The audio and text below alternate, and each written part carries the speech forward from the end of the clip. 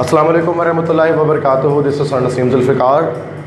और आज जो ये वीडियो आप देख रहे हैं ये तमाम उन स्टूडेंट्स के लिए जो सेकेंड ईयर प्री इंजीनियरिंग या प्री मेडिकल के स्टूडेंट्स हैं और वो जो अभी मई या जून में जो पेपर होने वाले हैं सेकेंड ईयर के उनमें अपियर होने वाले हैं। इससे पहले एक लेक्चर मैंने बनाया है how to get 85 out of 85 in second year chemistry. वो उसका लेक्चर 1 था, अब जिसका लेक्चर 2 आ रहा है। जो काफ़ी सारे स्टूडेंट्स मुझे व्हाट्सएप पर कमेंट कर रहे हैं और मतलब यूट्यूब पर कमेंट कर रहे हैं, व्हाट्सएप पर मैसेजेस कर रहे हैं कि सर आपने जो सर जो मतलब टारगेट पेपर दिया है या आपने सर जो है वो लेक्चर 1 जो बनाया था और जो मॉडल पेपर आया है इस साल सेकेंड ईयर का केमिस्ट्री का, तो सर उसमें बहुत ज़्यादा डिफरेंस है और हमें लग रहा है कि अब हमारा पेपर नहीं हो पाएगा। और ये इस तरह के कन्फ्यूजन्स बच्चे फैला रहे हैं। तो मैंने सोचा कि क्यों ना यार एक एक करके तमाम बच्चों को जवाब देने से बेहतर है कि मैं इस पर एक कंप्लीट एक वीडियो दोबारा से बना दूँ जिसमें चैप्टर वाइज मैं आपको डिटेल में बता दूँ कि क्या क्या चीज़ें आप करने वाले हैं जिससे आपके वो फैक्टर्स रिमूव हो जाएँ। क्योंकि जो मॉडल पेपर होता है उसके अंदर कुछ क्वेश्चंस आते हैं। अब ज़रूरी नहीं है कि वो क्वेश्चन बोर्ड में वैसे ही अपीयर हो जाए, वो जो एक स्कीम के तहत होता है कि किस चैप्टर से कितने क्वेश्चन बनने वाले हैं। मॉडल पेपर जैसे इसलिए होता है इस चीज़ को समझने की रियलाइज़ करने की कोशिश करें तमाम स्टूडेंट्स कि मॉडल पेपर इसलिए दिया जाता है कि इस चैप्टर से इतने क्वेश्चन बनेंगे। ठीक है, मिसाल के तौर पर सेक्शन सी के अंदर जो है वो आ गया कॉन्टैक्ट प्रोसेस मॉडल पेपर के अंदर, जबकि 2022 में कॉन्टैक्ट प्रोसेस आया हुआ है। इस साल किसी भी तरह से कॉन्टैक्ट प्रोसेस इंपॉर्टेंट नहीं है। जितने भी गेस्ट पेपर टारगेट पेपर आप उठाएंगे उसके अंदर इंपॉर्टेंट ओसवर्ड प्रोसेस है। तो अब आप कहेंगे सर मॉडल पेपर में तो कॉन्टैक्ट आया, आपने ओसवर्ड बताया था तो मतलब कॉन्टैक्ट प्रोसेस इंपॉर्टेंट हो गया, तो ऐसा नहीं है।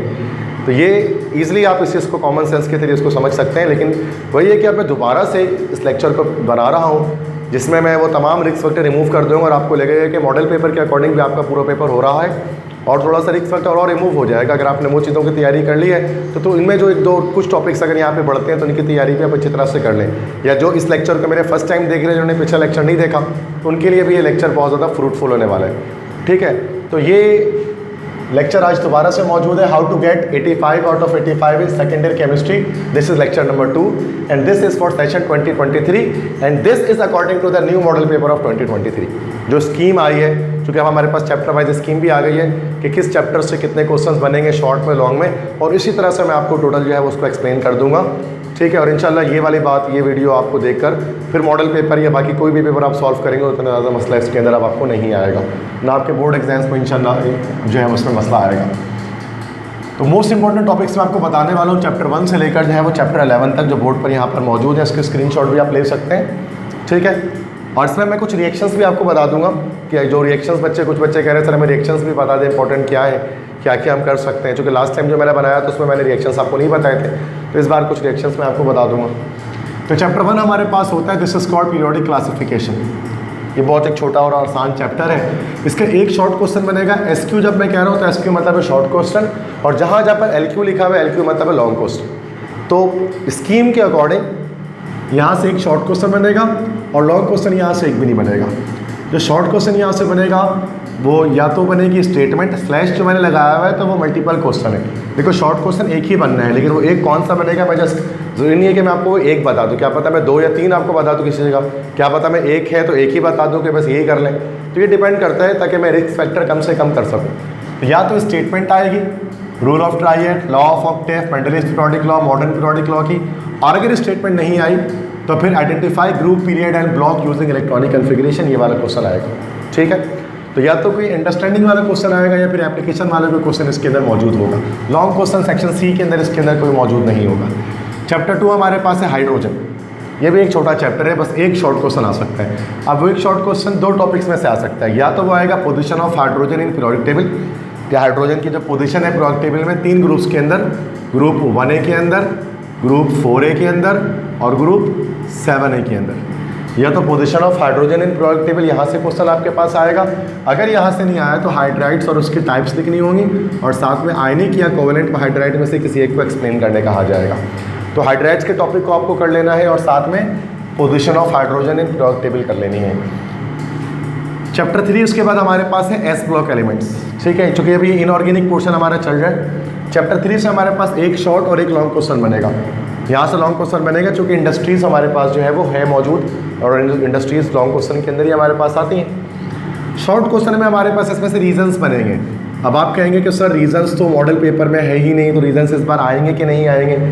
तो भाई मैं यही बता रहा हूँ कि जो मॉडल पेपर होता है उसमें बस ये होता है कि चैप्टर उसमें यकीनन मॉडल पेपर में शॉर्ट क्वेश्चन एक आपको चैप्टर 3 दिख रहा होगा, लेकिन वो शॉर्ट क्वेश्चन जरूरी नहीं है कि वही हो, वो कोई और भी हो सकता है। तो मेरे लिए आज से जो इंपॉर्टेंट शॉर्ट क्वेश्चन बन सकते हैं ना चैप्टर 3 से, वो रीजंस बन सकते हैं, ग्रुप ट्रेंड्स के रीज़न बन सकते हैं, जिसमें 1A और 2A ग्रुप की प्रॉपर्टीज़ को कंपेयर किया जा रहा होगा कि 1A ग्रुप की हाइड्रेशन एनर्जी कम है 2A ग्रुप से, और इस तरह के जो इंपॉर्टेंट रीजंस बन सकते हैं। और ये जो इंपॉर्टेंट रीजंस हैं ये आप जो है वो मेरे टारगेट पेपर के अंदर देख सकते हैं कि सर वो कौन से इंपॉर्टेंट रीजन है चैप्टर 3 के, तो वो टारगेट पेपर को फॉलो कर लें।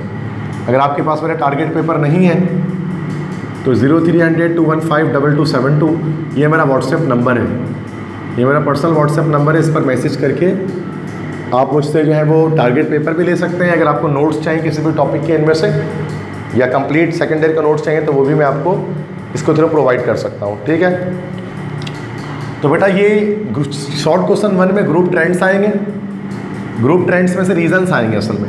लॉन्ग क्वेश्चन में आएंगे इंडस्ट्री, 2 इंडस्ट्री आ सकती है, क्योंकि लास्ट ईयर सॉल्वेयर प्रोसेस आ गया तो इस साल वो इंपॉर्टेंट नहीं है, ठीक है। या तो डाउन सेल आएगा सोडियम के मैन्युफैक्चरिंग के लिए, या कास्टर कैनलर सेल आएगा कास्टिक सोडा की मैन्युफैक्चरिंग के लिए। और ये दोनों के दोनों डाउन सेल आए चाहे कास्टर कैनलर सेल, इसका डायग्राम आपको लाजमी बनाना है, ठीक है। डायग्राम के साथ ही आएगा, डायग्राम इसमें बनाना पड़ेगा लॉन्ग क्वेश्चन के अंदर, क्योंकि 8 मार्क्स का जो है वो लॉन्ग क्वेश्चन का पार्ट आपका इस बार बन रहा होता है। तो शॉर्ट क्वेश्चन आपका जो है वो शॉर्ट क्वेश्चन एक आपका जो है वो 4 मार्क्स का है, 4 नंबर का है, लेकिन लॉन्ग क्वेश्चन एक आपका 8 मार्क्स का है। तो जाहिर सी बात है कि 8 नंबर का जब कोई क्वेश्चन बनता है तो उसमें आपको डायग्राम भी बनाना पड़ेगा, ठीक है, ताकि वो 8 नंबर को जस्टिफाई कर सके। चैप्टर 4 इसके बाद है पी ब्लॉक एलिमेंट, जो इनऑर्गेनिक केमिस्ट्री का एक सबसे बड़ा चैप्टर है। इसके एसएलओज भी इसलिए ज़्यादा है और इसलिए इसके जो है वो वेटेज ज़्यादा है। इसमें हमारे 2 शॉर्ट और 2 लॉन्ग क्वेश्चन बनेंगे। शॉर्ट क्वेश्चन जो 2 बनेंगे वो दोनों मैं आपको बता दे रहा हूँ कि आइदर वो बोरिक एसिड होगा या फिर एक्वारीजिया होगा। तो बोरिक एसिड का टॉपिक कर ले कवर और एक्वारीजिया का टॉपिक कवर कर ले, ठीक है। ये 2 टॉपिक कवर कर ले। ये तमाम टॉपिक्स पर लेक्चर मैंने अपने यूट्यूब चैनल पर डाला हुआ है, ठीक है, A to Z। अब मैं लेक्चर्स बनाने पे फोकस नहीं करता, क्योंकि मैंने सेकेंडरी केमिस्ट्री के complete lecture from the very first topic to the last topic मैंने डिटेल में बनाए हुए। तो अब सिर्फ मैं टारगेट पेपर और प्रिपरेशन पेपर इन चीज़ों पर वर्क कर रहा होता हूँ, ताकि बच्चों को पता लगे कि किस तरह से चीज़ों को तैयारी करनी है। तो बोरिक एसिड और एक्वारीजिया ये पी ब्लॉक एलिमेंट्स के अंदर 2 शॉर्ट क्वेश्चन कर लें। अच्छा, रिएक्शंस भी आ सकते हैं, मतलब ज़रूरी नहीं है कि बोरिक एसिड एक्वारीजिया, क्या पता कि इन दोनों में से कोई एक आए और साथ में रिएक्शंस आ जाए। और रिएक्शंस कौन से हैं नीचे मैं आपको इंपॉर्टेंट रिएक्शंस में मैं आपको बता दूंगा कि इनऑर्गेनिक के जो इंपॉर्टेंट रिएक्शंस हैं, ठीक है। तो रिएक्शंस भी आ सकते हैं, तो इसको याद रखिएगा व्हाट हैपेंस वाला क्वेश्चन करके। लॉन्ग क्वेश्चन 2 आएंगे, वो दोनों मैं आपको बता दूंगा। एक ओसवाल्ड प्रोसेस आएगा विद डायग्राम, और एक मेटलर्जी ऑफ एल्यूमिनियम आएगा डायग्राम के साथ, चूँकि इसका जो सेकंड स्टेप होता है हॉल हेरोल्ड प्रोसेस और थर्ड स्टेप होता है हुक्स इलेक्ट्रोलाइटिक मेथड, दोनों में डायग्राम होती है। तो ओसवाल्ड प्रोसेस और मेटलर्जी ऑफ एल्यूमिनियम ये 2 लॉन्ग क्वेश्चन आपके अलग अलग पार्ट में आपका बनेगा, ठीक है। उसके बाद चैप्टर नंबर 5 की जब बात कर लें, चैप्टर 5 हमारा जो है वो this is D block elements, inner outer transition elements. Chapter 5 में 2 शॉर्ट क्वेश्चन और एक लॉन्ग क्वेश्चन आपका बनेगा। 2 शॉर्ट क्वेश्चन में से एक शॉर्ट क्वेश्चन लाजमी आपके पास आएगा, जो पिछले वीडियो में भी मैंने आपको लेक्चर 1 में भी बताया था कि IUPAC nomenclature of inorganic complexes. इसके 4 क्वेश्चन होंगे, 4 पार्ट्स होंगे। इन चारों पार्ट्स को आपको इसको कवर करना पड़ेगा, मतलब नेमिंग करनी पड़ेगी। दूसरा क्वेश्चन कौन सा आ सकता है, या तो वो जनरल प्रॉपर्टीज आएंगे ट्रांजिशन एलिमेंट्स की, coloured compound formation, complex compound formation, magnetic properties, ठीक है, variable oxidation states, catalytic properties, ये आएंगे। या फिर कोरोजन एंड इट्स प्रिवेंशन पर शॉर्ट नोट आएगा जो चैप्टर 5 का है। एक क्वेश्चन तो मैंने बता दिए मस्ट आएगा शॉर्ट क्वेश्चन में, और बाकी दूसरा शॉर्ट क्वेश्चन इन 2 में से कोई एक हो सकता है। लॉन्ग क्वेश्चन इसका सिर्फ एक बनेगा, और वो एक यही परफेक्ट बनेगा, that is metallurgy of copper, copper की मेटलर्जी, और यहाँ से आप इसका एक लॉन्ग यहाँ से आया होगा, ठीक है। तो एल्यूमिनियम की मेटलर्जी भी आई होगी सेक्शन सी में, और सेक्शन सी में आपको मेटलर्जी ऑफ कॉपर भी दिख सकती है, ठीक है। अब इसके अंदर जो रिएक्शंस वाला पोर्शन है कि सर रिएक्शंस कौन कौन से करने हैं, तो चैप्टर 4 के रिएक्शंस यहाँ पर मैं बता रहा हूँ। चैप्टर 4 और 5 के भी इसमें कुछ मौजूद है। तो इंपॉर्टेंट इनऑर्गेनिक रिएक्शंस क्या है, नाइट्रिक एसिड और सल्फ्यूरिक एसिड के ऑक्सीडेशन रिएक्शंस कर लीजिएगा बच्चों। Action of heat on copper sulphate silver nitrate, ये कर लीजिएगा। लेड पिगमेंट के प्रॉपर्टीज़ प्रिपरेशन कर लीजिएगा, और थर्माइट प्रोसेस का एक इक्वेशन हो तो उस इक्वेशन को कर लीजिएगा, ठीक है। थोड़ा सा अगर आप और कर सकते हैं तो आप इसके अंदर कर लीजिएगा dehydrating properties of sulphuric acid, जिसमें वाटर रिमूविंग कैरेक्टरिस्टिक्स इसकी हम देखेंगे। तो यहाँ से आप डिहाइड्रेटिंग प्रॉपर्टीज़ भी कर लीजिएगा सल्फ्यूरिक एसिड की H2SO4 की, ठीक है। और एक रिएक्शन आप ये भी कर सकते हैं कि सिल्वर नाइट्रेट का रिएक्शन आप जो है वो अमोनिया से करा दें, एक रिएक्शन ये कर लें, कॉपर सल्फेट का रिएक्शन आप करा लें एक्सेस ऑफ अमोनिया से, चैप्टर 5 के इक्वेशन से ये कर लें, या फिर कॉपर सल्फेट का रिएक्शन आप करा लें KI से, पोटेशियम आयोडाइड से, ये कर लें। तो ये कुछ मैंने आपको ये चैप्टर 5 के कुछ इक्वेशन जिसको मैं टिक कर दे रहा हूँ, ये चैप्टर 5 के हैं, बाकी जिसको मैं टिक नहीं कर रहा वो चैप्टर 4 के हैं। जो चैप्टर 4 और 5 से मिक्स करके रिएक्शन का पोर्शन यहाँ पर बन रहा होता है, ठीक है। तो ये कुछ इंपॉर्टेंट रिएक्शंस यहाँ पर हमारे पास आ गए जिनको आपको प्रिपेयर करना है। तो इनऑर्गेनिक का पोर्शन आपका यहाँ पर कंप्लीट हो जाता है, लॉन्ग और शॉर्ट दोनों। तो ये मैं इसलिए बता रहा हूँ कि कुछ बच्चे रिएक्शंस करना चाहते हैं, तो ये रिएक्शंस इंपॉर्टेंट यहाँ पर ये रहे, इन रिएक्शंस को आपको करना पड़ेगा, ठीक है, ये मोस्ट इंपॉर्टेंट है। अब आ जाते हैं ऑर्गेनिक पोर्शन के अंदर। ऑर्गेनिक केमिस्ट्री में चैप्टर 6 से स्टार्ट होता है, दैट इज़ चैप्टर 6 हमारा होता है इंट्रोडक्शन टू ऑर्गेनिक केमिस्ट्री। और इसमें एक शॉर्ट क्वेश्चन बनेगा चैप्टर 6 से, लॉन्ग क्वेश्चन कोई नहीं बनेगा। जो एक शॉर्ट क्वेश्चन बनेगा वो क्या बनेगा बेटा, या तो वो बन सकता है पॉलीमराइजेशन और उसके types, addition polymerisation, condensation polymerisation, या ये बन सकता है आइसोमेरिज्म और उसके टाइप्स। आइसोमेरिज्म और उसकी 4 टाइप्स होती हैं, जैसे chain isomerism, position isomerism, functional group isomerism, metamerism, या फिर ये डेफिनेशंस कुछ इसके अंदर आ सकती हैं। इसका एक क्वेश्चन जो बनेगा, और जो ज़्यादा नहीं 4 डेफिनेशंस याद कर लीजिएगा, 5 definition, cracking, functional group, homologous series, catenation और सैचुरेटेड एंड अनसैचुरेटेड हाइड्रोकार्बन, इनके डेफिनेशंस आप कर लीजिएगा। तो 3 में से कोई एक शॉर्ट क्वेश्चन इंशाल्लाह जो है वो चैप्टर 6 के अंदर मौजूद होगा। चैप्टर 7 की जब बात करते हैं तो एक बड़ा चैप्टर है चैप्टर 4 की तरह इनऑर्गेनिक है। इसमें 3 शॉर्ट क्वेश्चन होते हैं और एक लॉन्ग क्वेश्चन इसके अंदर आपका आता है, ठीक है। 3 शॉर्ट और एक लॉन्ग होता है। अब वो 3 शॉर्ट में से एक जो लाजमी आएगा शॉर्ट क्वेश्चन के अंदर, वो IUPAC नोमेनक्लेचर आएगा ऑर्गेनिक कंपाउंड्स की। अब वो मैंने पूरे लेक्चर इसके डाले हुए, प्लेलिस्ट बनाई हुई ऑर्गेनिक नोमेनक्लेचर की, उसको अगर आप देख लें तो क्या होगा कि हमारा ये वाला पोर्शन जो है वो कंप्लीट हो जाएगा, ठीक है। दैट इज़ ऑर्गेनिक नोमेनक्लेचर करने पर एक क्वेश्चन तो यहाँ से निकलेगा। बाकी 2 क्वेश्चन क्या होंगे, तो एक तो होगा स्ट्रक्चर बनाने का, स्ट्रक्चर बनाए मीथेन, इथेन, इथीन, इथाइन, इनमें से किसी एक का स्ट्रक्चर होगा। एनी सारे नहीं आए होंगे, इनमें से कोई एक आया होगा, या फिर डिस्टिंग्विश टेस्ट आया हो सकता है, क्या पता है एक और क्वेश्चन डिस्टिंग्विश टेस्ट आया हो, alkane and alkene, alkene and alkyne, और aromatic hydrocarbon and aliphatic hydrocarbon के बीच डिस्टिंग्विश टेस्ट के लिए रिएक्शंस लिखने होते हैं, वो आए होंगे। अच्छा, इन 3 में से नहीं आया तो एक और क्वेश्चन भी आ सकता है केमिकल रिएक्शंस का, रिएक्शंस कंप्लीट एंड बैलेंस करने का, तो वो नीचे मैंने इंपॉर्टेंट ऑर्गेनिक रिएक्शंस में लिख दिया है, तो वो आप देख लीजिएगा। लॉन्ग क्वेश्चन इसका सिर्फ एक आएगा, या तो वो स्ट्रक्चर ऑफ बेंजीन से आ सकता है, या फिर वो इलेक्ट्रोफिलिक सब्स्टिट्यूशन रिएक्शन की मैकेनिज्म आ सकती है, ठीक है। इलेक्ट्रोफिलिक सब्स्टिट्यूशन रिएक्शन की मैकेनिज्म आ सकती है, जिसके अंदर नाइट्रेशन है, सल्फोनेशन है, अल्काइलेशन है, असाइलेशन है, ठीक है, हैलोजिनेशन है। तो ये मैकेनिज्म कर लीजिएगा, ये 5 टाइप्स की मैकेनिज्म होती हैं, ठीक है। तो इस बारे में कोशिश कर रहा हूँ कि टोटल रिस्क रिमूव कर दो इसके अंदर, ताकि आपका कोई रिस्क ना रहे और आपका पेपर कंप्लीटली जो है वो सॉल्व हो जाए। चैप्टर 8 हमारा उसके बाद है अल्काइल हैलाइड्स। अल्काइल हैलाइड से एक शॉर्ट क्वेश्चन और एक लॉन्ग क्वेश्चन बनेगा। शॉर्ट क्वेश्चन जो एक आया होगा वो ये ऑर्गेनोमेटेलिक कंपाउंड को डिफाइन करें और साथ में ग्रिग्नार्ड रिएजेंट के रिएक्शंस। ग्रिग्नार्ड रिएजेंट के जो लास्ट के 4 रिएक्शन है ना, CO2 के साथ, फॉर्मल्डिहाइड के साथ, एसिटाल्डिहाइड के साथ, एसीटोन के साथ, ये 4 रिएक्शन जो लास्ट में है बुक के, तो वो 4 रिएक्शंस कीजिएगा लाजमी, और साथ में ऑर्गेनोमेटेलिक कंपाउंड की डेफिनेशन कीजिएगा, ठीक है। ये शॉर्ट क्वेश्चन। लॉन्ग क्वेश्चन में मैकेनिज्म आएगा, मैकेनिज्म या तो SN1 SN2 के बीच आया होगा, या E1 E2 का मैकेनिज्म आया होगा, मतलब या तो न्यूक्लियोफिलिक सब्स्टिट्यूशन रिएक्शन का मैकेनिज्म आया होगा, या फिर एलिमिनेशन रिएक्शन का मैकेनिज्म आपके पास आया होगा। ये चैप्टर 8 है। चैप्टर 9 है carbon compounds with oxygen containing functional group. इसमें भी एक शॉर्ट और एक लॉन्ग बनेगा। जो एक शॉर्ट क्वेश्चन बनेगा वो 2 में से कोई एक बन सकता है, या तो फिनॉल की क्लासिफिकेशन आएगी, monohydric phenol, dihydric phenol, trihydric phenol बताना होगा इसमें, या डिस्टिंग्विश टेस्ट आएगा एल्डिहाइड और कीटोन के बीच में, जिसमें 2 टेस्ट आप देते हैं, एक फेलिंग सोल्यूशन टेस्ट होता है और एक टोलेंस रिएजेंट टेस्ट होता है। तो ये आपका हो जाएगा एक शॉर्ट क्वेश्चन। लॉन्ग क्वेश्चन एक ही आया होगा सिर्फ, और लॉन्ग क्वेश्चन एक ही आया होगा, यही आएगा लॉन्ग क्वेश्चन में उसके, that is preparation of ethyl alcohol bye fermentation. Fermentation के थ्रू इथाइल अल्कोहल की प्रोडक्शन करना।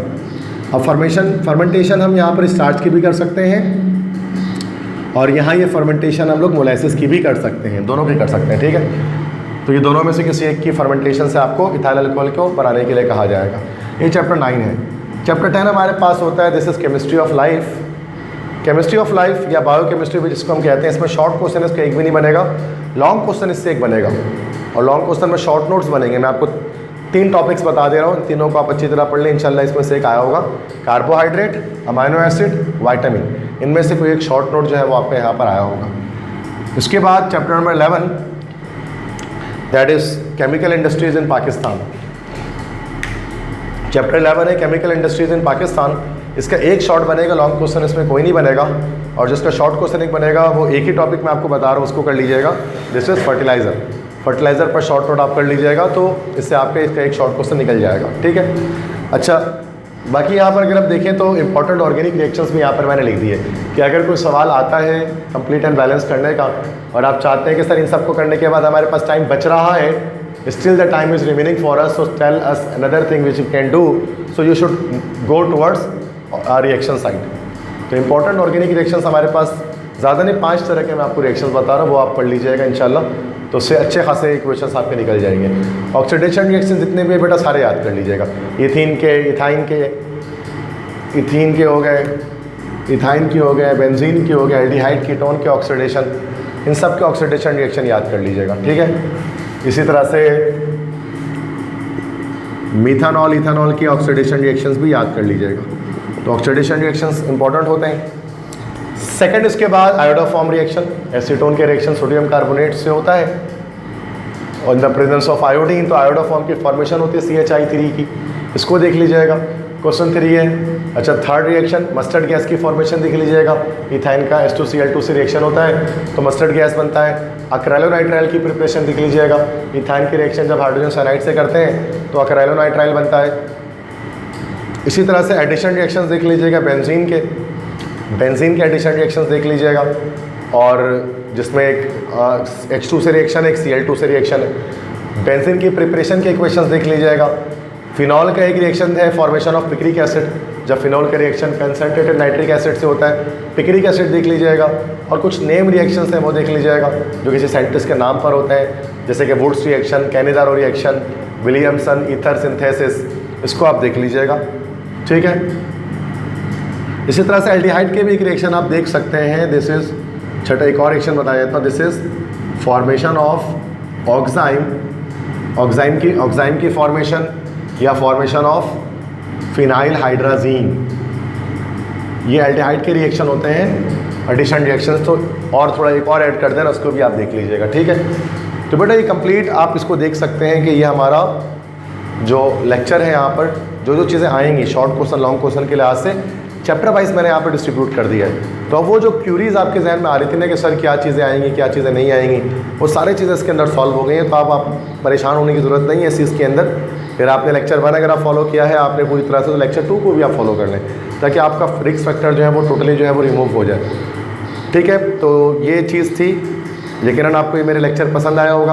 अगर आपको किसी भी PDF की रिक्वायरमेंट है, लेकिन लेक्चर तो मैंने सारे डाले हुए, A to Z सारे लेक्चर डाले हुए। हाँ, अगर आपको नोट्स चाहिए याद करने के लिए चीज़ों को, डिफरेंट चीज़ों की, टारगेट पेपर जो मेरा है उसकी सॉल्यूशन चाहिए आपको, ये सब चाहिए, तो उसके लिए व्हाट्सएप नंबर मेरे यहाँ पर मौजूद है 0300-215-2272।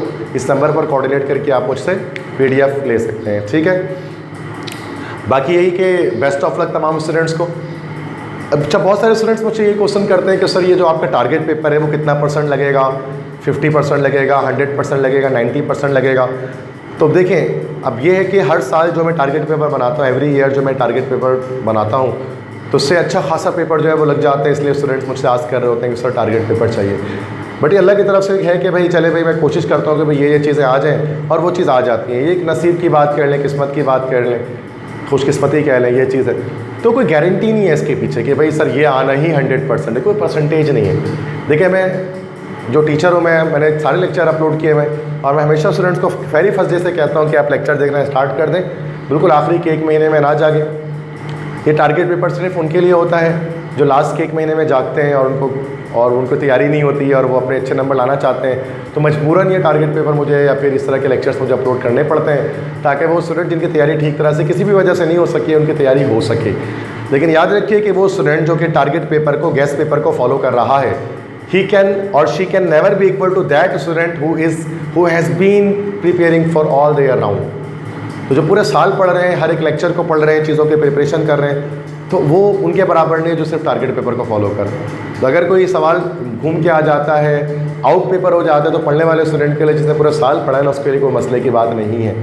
ठीक है, तो उसकी याद रखिएगा तो इस चीज़ के बारे में कि वरना जिसकी तैयारी कम है तो वो तो मनोमन ही स्टॉप टारगेट पेपर को पूरी तरह से फॉलो कर ले। ठीक है, कोई मसले की बात नहीं। और जिसकी तैयारी कंप्लीट है तो वो टारगेट पेपर को देखने के बजाय वो अपने रिवीजन पर ज़्यादा फोकस करें। तो अगेन बेस्ट ऑफ लक तमाम स्टूडेंट्स को अपने एग्ज़ाम्स के लिए। इंशाल्लाह आप सब अच्छे नंबरों से कामयाब होंगे। अगर लेक्चर पसंद आया तो चैनल को सब्सक्राइब कर दें, वीडियो को लाइक कर दें, अपने तमाम कोचिंग और स्कूल फ्रेंड्स के साथ, कॉलेज फ्रेंड्स के साथ इसको आप शेयर कर दें। ठीक है, दोस्तों के साथ शेयर कर दें। आप जितना ज़्यादा मुझे सपोर्ट करेंगे, मुझे मोटिवेशन मिलेगी कि किस तरह से मेहनत मैं आपके लिए करता जाऊँ और आपके लिए वीडियो बनाता जाऊँ। ठीक है, अपना बहुत सारा ख्याल रखिएगा और मुझे दुआ में बहुत ज़्यादा याद रखिएगा। अल्लाह हाफ़िज़।